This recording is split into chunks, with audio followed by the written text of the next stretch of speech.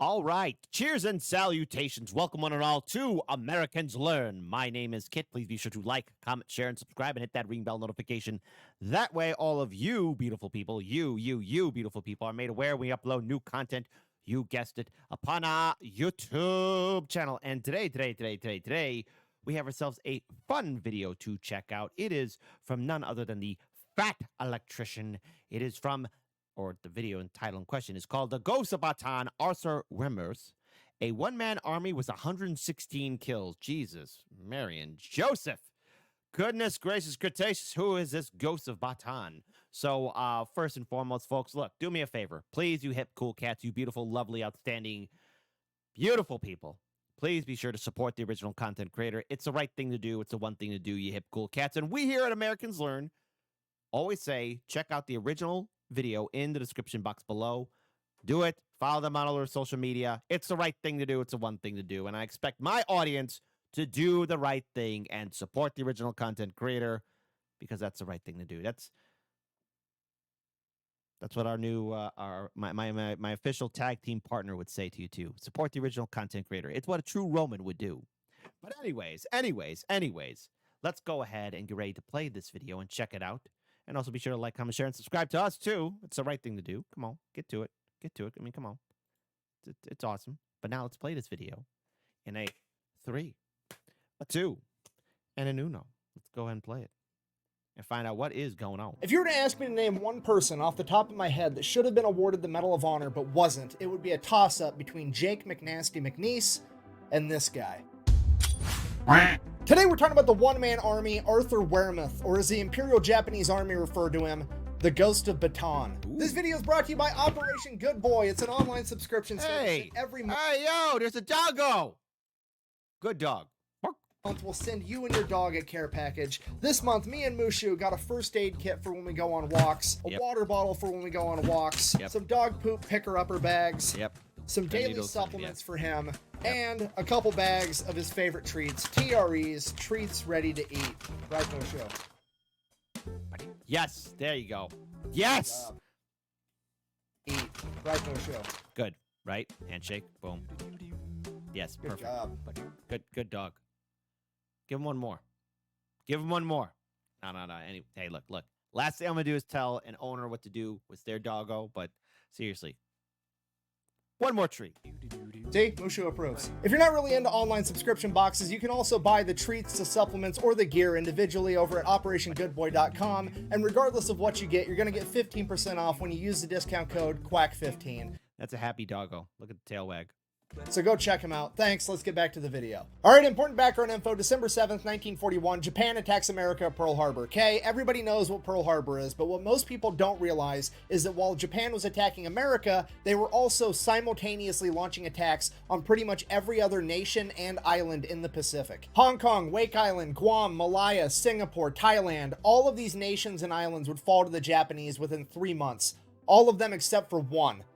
The Philippines. If you don't know, at this point in time, the Philippines is actually a territory under the United States of America, who had assumed control of the Philippines from Spain after the Spanish-American War in 1898. Because of that, there was already 22,000 soldiers there. Now, don't get me wrong, they weren't expecting to get attacked. The majority of these soldiers, 12,000 of them, are non-combat related jobs or they're Filipino reservists. But that other 10,000 was the Philippine Scouts. And I cannot stress to you enough that these guys are absolute gangsters. They were founded in 1901 by the U.S. Army. It is essentially Filipino and Filipino-American soldiers being led by American officers, and they are experts in guerrilla, anti-guerrilla, and jungle warfare. These are the guys that fought the Tan Sung rebels during the Moro Rebellion. They are literally the men that America's patron saint of hole punching, John Moses Browning, created the Colt 45 1911 for. They are the direct predecessor of the Philippines' current special forces, the Scout Rangers, and they are probably some of, if not the last people on the planet that you want to fight in the jungle. And one of the American... Yeah, you know, hey. Not too bad. See, I told you, we learn something new every day here. American officers leading these men is none other than Arthur Wermuth, son of a World War I veteran that grew up in Chicago. For high school... Yeah! Hey, yo! He's from us! Yeah! That is awesome. Hey, Fat Electrician, we here at listen, Chicago's got its own fair share of problems. A little bit of a side note, my great-grandfather He served in the First World War. He was part of the Polar Bear expedition all the way up there in a fancy place that none of you ever heard of called Russia. And so, yeah, born and raised in Chicago, too. He served in the First World War. You know, my roots go deep in this city. We got a Chicago boy representing. Last people on the planet that you want to fight in the jungle. And one of the American officers leading these men is none other than Arthur Wermuth, son of a World War I veteran that grew up in Chicago. In high school, he would attend Northwestern Military Academy, and after graduating from there, he would be denied by West Point because the only thing he excelled at in life was football and winning fistfights. Good. Brilliant. Live up to this. Brilliant. Already 10 out of 10. This is a life-changing video, and I better see 10 out of 10 life-changing video. 10 out of 10 life-changing video. His football coach said that defensively, he was a tough man to get through, and offensively, many points were scored through holes that he opened. Despite being rejected That's what she said. by West Point, he still wanted to be a military officer, so he would go to college at Loyola University in Chicago, where he would join the ROTC program and get his bachelor's degree in bacteriology, which would later become known as microbiology. So after graduating from college, Outstanding. Represent the city, boyo. Do it. receiving his commission as a military officer, he would write the United States War Department requesting to get put on active duty. He would get accepted and sent over to the Philippines, where he would arrive in January of 1941 to train with the Philippine Scouts. Fast forward 11 months later, the Japanese show up and they attack. Filipino and American forces are not ready. They are outmanned, outgunned in every conceivable way. At this point, leadership decides their best bet is to pool all of their resources and have everybody move to the Bataan Peninsula. They are essentially going to back themselves into a corner, draw one line in the sand, and desperately try to hold that line long enough for American reinforcements to show up. It's not a great plan, but it's pretty much the only thing they can do. And if that wasn't bad enough, there's actually a problem with that. The Japanese are advancing so fast that they're going to be able to cut off the route to Bataan before everybody can actually make it there. So now, Arthur Wermuth and the rest of the 57th Infantry Regiment are going to have to go and fight the Japanese on the front line, desperately trying to hold them off long enough for all the other people to retreat. General Wainwright gives them the order to dig in and hold, and that's exactly what Arthur and his men do. At this point, Arthur is in command of Delta Company of the 57th Infantry Regiment, which is roughly 150 Philippine scouts, and for the next 2 weeks, they go toe-to-toe with the Japanese army, desperately trying to hold them off long enough for everybody else to retreat. This was how Arthur and his men would spend Christmas of 1941, dealing heavy losses to the... How was your Christmas? Oh... It was uneventful, just fighting off the Empire of Japan. Nothing really exciting happened. The enemy. But by New Year's, they had faced the same thing and endured heavy losses themselves. By the first week of January 1942, Arthur's 150 men had dwindled down to just 37. At this point, it became clear that they were not going to be able to hold the front line, at which point they were ordered to retreat back to Bataan. But Arthur had a plan to slow down the Japanese even further. Arthur volunteers to sneak back into a city that recently fell to the Japanese by himself, because in that city there's a wooden bridge, and that wooden bridge is going to prove vital for the Japanese to quickly move troops further inland. And if Arthur can get rid of it, it is going to severely hamper their ability to do so. So Arthur is going to sneak into this city by himself with demo charges, his Thompson submachine gun, and 2 5-gallon jugs of gasoline. He is then going to make his way to Main Street under the cover of night, dump the gasoline all over the buildings, and light Main Street on fire. Once all the buildings in Main Street are engulfed in flames, that is a signal to the Philippine scouts miles away that they're going to start dropping artillery on that area, and Arthur is going to use that as a distraction to make his way over to this bridge, place some demo charges, and blow it up. And that's pretty much exactly what happens. Arthur sneaks into town, manages to light Main Street on fire, waits for the fire to grow a little bit, at which point Arthur knows the artillery fire is coming right on top of him any second, and he just has to make a run for this bridge. But this bridge is wide out in the open right next to Main Street, and he is about to run essentially down Main Street towards a bridge that's being guarded, and there is hundreds of Japanese soldiers everywhere. All right, that seems easy enough. Okay. Thankfully, most of them are distracted by the fact that most of Main Street is on fire, and not a lot of them take notice of the fact that there is now a 190-pound American sprinting down Main Street towards the bridge. But eventually, a couple of them would take notice and begin firing at Arthur, and he would be struck in the calf and fall to the ground. And right then is when the artillery rounds started dropping. and as soon as the artillery rounds started dropping, Arthur waited there for a second, and then when he thought they were all distracted again, he got up and continued to run towards the bridge. He then proceeded to place the demolition charges, blowing up the bridge before disappearing back into the jungle and making his way back to his men. So Arthur and his men make it to Bataan. At this point, you have to put yourself in Arthur's shoes. He is one of the highest ranking officers on the ground. He was just in charge of 150 men 2 weeks ago, and only 37 of them survived. That's not necessarily his fault. He was placed in a completely unwinnable situation, but ultimately, he's not going to feel great about himself losing that many of his men. He's been living in the Philippines for almost a year, training with the Philippine Scouts. He's an expert in camouflage, an expert in jungle warfare, and an expert in guerrilla warfare tactics. And he decides that rather than lose any more of his men, he is going to go out past the front line into enemy territory by himself and terrorize the enemy. So that's what he does. He sleeps during the day, and every night he grabs his Thompson submachine gun, 2 Colt 45 1911s, and a bunch of grenades, and heads off into the jungle by himself to utilize hit-and-run tactics against the Japanese conducting guerrilla warfare. And on one of these missions, he's a couple miles into enemy territory from the front line when he hears a bunch of Japanese soldiers coming up on him. So he quickly hides in some bushes and camouflages himself, and 30 Japanese soldiers, an entire platoon, comes walking past. One of them almost steps on him, and he's just laying there dead quiet, trying not to breathe, and the troops are making their way towards the front line. And Arthur knows he has to do something because they're either going to launch an attack or they're getting reconnaissance to scout the front line. Either way, these guys gotta go. He knows that even if he pops up with the element of surprise from behind them with his Thompson submachine gun, he's still gonna lose that firefight. So he does the only thing he can think to do, and that is to get up and start walking in the column with these guys as if he was one of them. So he is literally following in this Japanese column, walking through the jungle towards the front line, at which point he decides, hey, I gotta make sure these guys don't look back and actually try to get a look at me because I'm wearing a different uniform. They're gonna notice. So he decides that every time one of them steps on a twig or makes a noise, he's gonna shh, so they be more quiet. Just reassuring that, like, oh, that's obviously not an enemy behind me, it's somebody trying to get me to be quiet because they're on my side. Arthur Wermuth has just switched gears from John Rambo to Bugs Bunny. That is pretty freaking ballsy right there. Holy shit. Dude rolled a stealth check nat 20. 30 times in a row.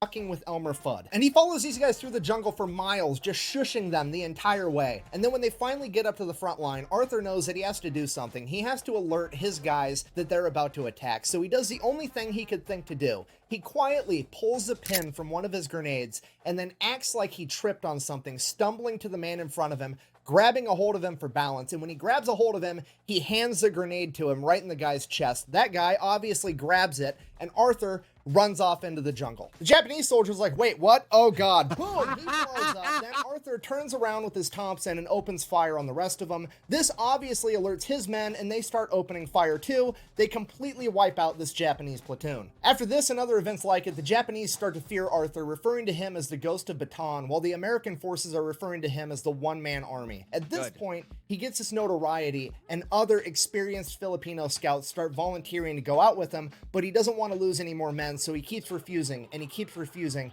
And finally, there's one brave Filipino scout that he can't refuse because this guy will kick his ass. His name is Sergeant Crispin Jacob, aka Jock. He is described as being 6'4", 220 pounds, and Arthur Wermuth himself said that he is half Filipino, half Oriental giant, and he begins going out on these missions with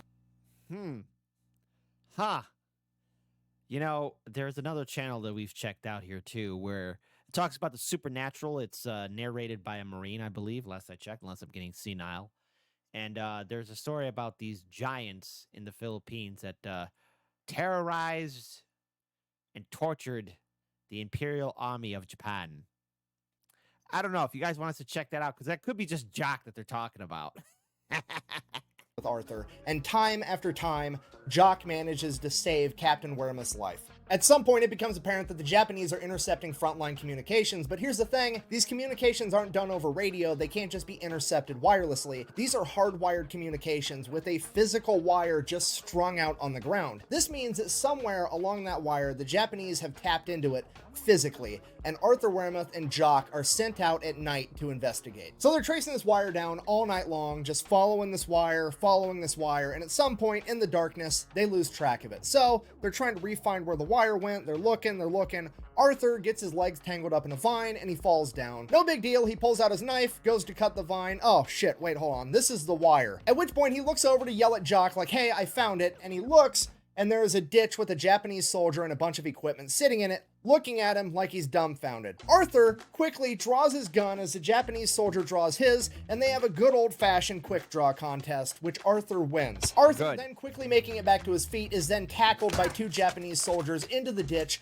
one of them stabbing him with a bayonet through his arm, pinning him to the dirt wall inside of this trench, at which point he yells for Jock. Jock then runs up to the edge of the trench and sees Wermuth inside the trench fighting off 2 Japanese soldiers with his arm pinned to the wall. He takes aim with his rifle at the Japanese soldiers and then realizes that he doesn't want to accidentally hit Wermuth in the middle of the fight while it's still dark out. So he jumps in the trench and proceeds to beat the 2 Japanese soldiers to death with his rifle. He then destroys the radio equipment, helps Wermuth pull the bayonet out of his arm. He starts bleeding everywhere. He bandages that up and gets Wermuth back to the hospital, at which point the ghost of Bataan is now bedridden and on doctor's orders is not allowed to leave. And while all that's going on, word finally makes it back to America that there's some crazy 190-pound ex-football player running around in the jungles of the Philippines showing the Japanese what's up. And this is the one shining piece of good news that America clings on to in the days after Pearl Harbor. Arthur Wermuth unknowingly becomes an overnight celebrity in America. He is taking up all the headlines. They are making comic books about him and his partner Jock.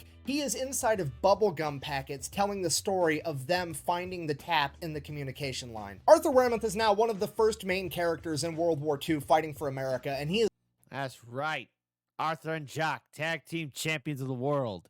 vital for overall American morale. And just like a main character, he decides that he's not going to stay bedridden. He violates doctor's orders, checks himself out of the hospital, and gets back in the fight. At this point, the Japanese have flooded the entire surrounding area with snipers that are picking off American and Filipino soldiers day and night, and Arthur Wermuth has to be the man that does something about it. But considering that there's so many of them, and that Jock just saved his life, he comes to the conclusion that having some friends around isn't exactly a bad idea. So he starts taking volunteers to join his special anti-sniper unit, and 84 of the meanest, most experienced Philippine scouts volunteered. Not only were these guys counter-sniping the snipers, there was also a bunch of them out in the jungle, camouflaged and hidden, waiting for the sniper to fire so they knew where he was, and then they were going to come at him with machetes and Colt 45s. Yes. Throughout February and March of 1942, Arthur Wermuth, Jock, and their anti-sniper unit were credited with taking out 500 Japanese soldiers, and this is considered to be a very conservative estimate. Then, in late March, Command would ask for volunteers to do a nearly impossible mission of recapturing the high point of Mount Phuket, at which point Arthur immediately volunteered and then asked his men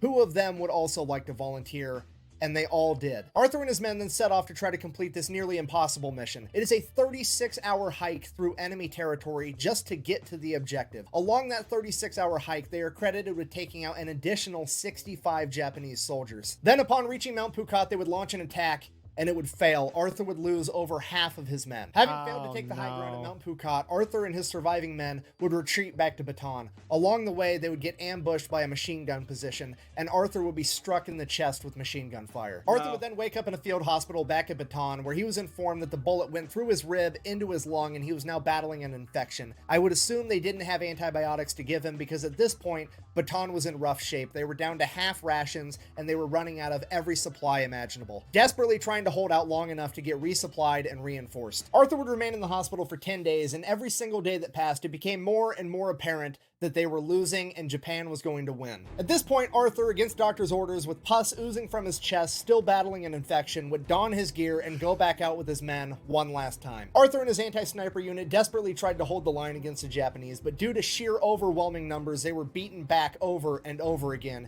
and during one of their retreats on April 9th, Arthur would slip down the side of a cliff, smacking his head on a rock, rendered unconscious. He would again wake up in the hospital, but this time when he awoke, he would come to find out that the Japanese had completely taken over Bataan, the Americans had been forced to surrender, and General MacArthur had fled to Australia. This is absolutely the worst possible outcome, because the Imperial Japanese believe that if you surrender in battle, you lose your honor, and if you lose your honor, you are no longer human. You are subhuman and no longer eligible for human rights, which gives them the justification to treat you however they want. Arthur Wermuth is bedridden, having been shot in the leg, stabbed in the arm with a bayonet, shot in the chest, concussed, and battling an infection, and he is probably one of the luckiest men there. Because pretty much everybody else is forced to participate in the Bataan Death March, and I don't really want to get too far into what that is and what happened, but suffice it to say, over 30% of everybody else is going to die in captivity as a prisoner of war. And if Arthur Wermuth were also forced to go down the Bataan Death March, he would absolutely be a member of that 30% given his current condition. I can't verify this for sure, but I think the reason that they let Arthur Wermuth have a chance at surviving is because technically he never surrendered. He was fatally wounded in battle, and when he woke up, he had already been captured. So I think that maybe the Japanese didn't look down on him as subhuman because he didn't forfeit his honor. He literally fought until he lost consciousness, and by sheer luck, he survived and woke up in captivity. After making his recovery, now Major Wermuth would find himself being the highest-ranking military officer around, making him the leader of the few remaining Americans that were lucky enough to escape the Bataan Death March, and for the next year they are used as forced labor to build Japanese airstrips. One of the Americans under the command of Arthur was a man by the name of Elliot Smesler, who later on in life would write a book of memoirs about his time as a prisoner of war under the Japanese. In that book, he wrote this, quote, "The first year of my captivity, I worked on building an airfield for the Japanese. Life wasn't bad because they were afraid of the major in charge. His name was Major Wermuth, and the Japanese called him Wermuth the Lion." Now, I think this is actually further evidence that the Japanese don't believe that he actually surrendered and didn't lose his honor in battle, because they are still scared of him despite the fact that he is their prisoner. And he definitely didn't surrender, because while Arthur and the men under his command did build the airstrip they were told to build, they sabotaged it so that the Mess it up, Chicago style.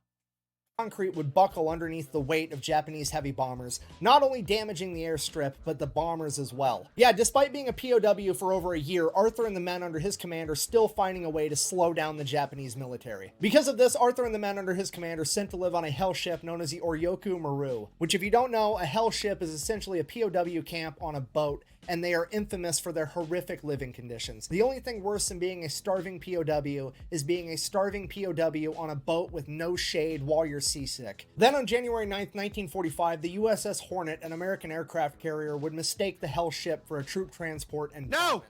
This bombing would kill over 250 Americans instantly, wounding and injuring almost every other American on board, including Arthur Wermuth. Despite having his wounds go untreated while starving to death, Arthur still somehow managed to survive, making it to Japan to be inside of a POW camp there, where he would later be freed after Japan surrendered. When Arthur Wermuth shipped off from America to the Philippines in 1941, he weighed 190 pounds. When he finally got to return home to America after World War II, he weighed only 105. He would then be awarded 4 Purple Hearts, the Silver Star, and the Distinguished Service Cross. Why did it give him the Medal of Honor 5 times over?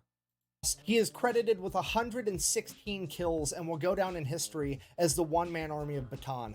Despite this, he credited his men, saying that 90% of what he was able to accomplish was due to the Philippine Scouts and that they were the best soldiers in the world. So in conclusion, the fall of Wake Island in the Philippines are considered to be some of the first losses dealt to America during World War II, but in many ways they were also some of the first victories, as stories of heroes like that of Hank Elrod and the Marines of Wake Island and Arthur Wermuth and his Philippine Scouts reached the rest of the world. It would become clear to America that this war was winnable, and it would become clear to Japan that they had a lot bigger fight on their hands than they ever anticipated. Thank you for watching. Best way to support the channel is go check out thefatelectrician.com. Quack bang, out.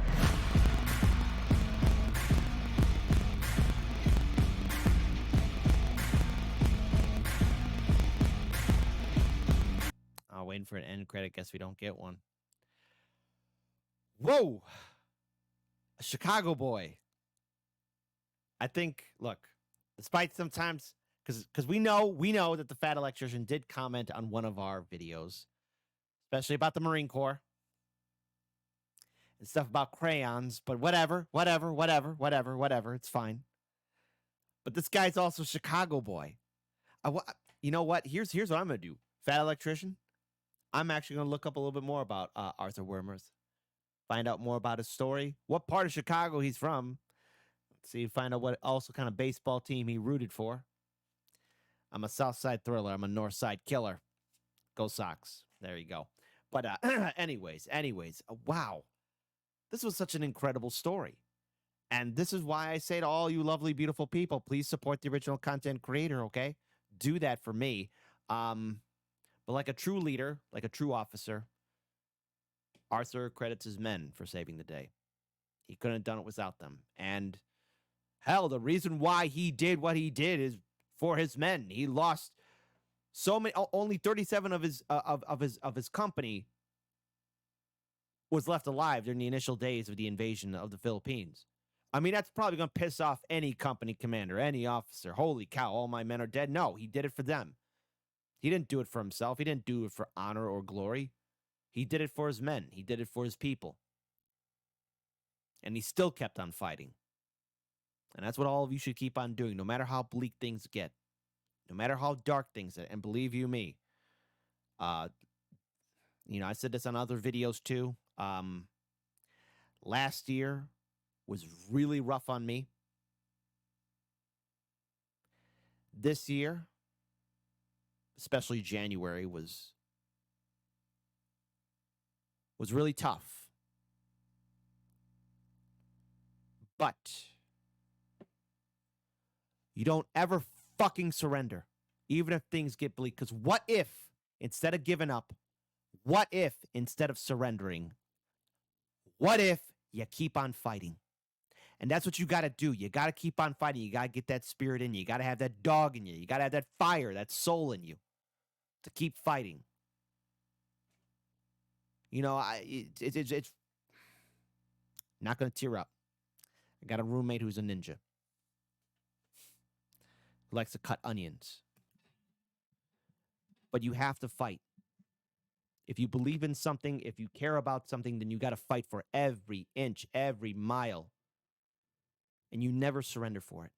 Fight for your beliefs. And Arthur, a fellow Chicagoan, way to represent, man. I'm going to make this promise. I'm going to learn more about Arthur and who he is. As I should. Because I never knew about him. How often is it so many great heroes and stories fly under our radar? So huge shout out to the flat. Ha! Was saying something prolific here, saying something encouraging, and I screwed it up. The flat electrician. Shout out to the fat electrician. Not flat. Fat electrician. Be sure to like, comment, share, and subscribe. 10 out of 10. I better see it in the comment section below. 10 out of 10 life-changing Chicago video. Because that's what it should be. Represent the city, and I hope all of you are doing well. Drink water, keep your heads on a swivel, and never, ever stop fucking fighting. You'll win the day. That's an American Learns promise.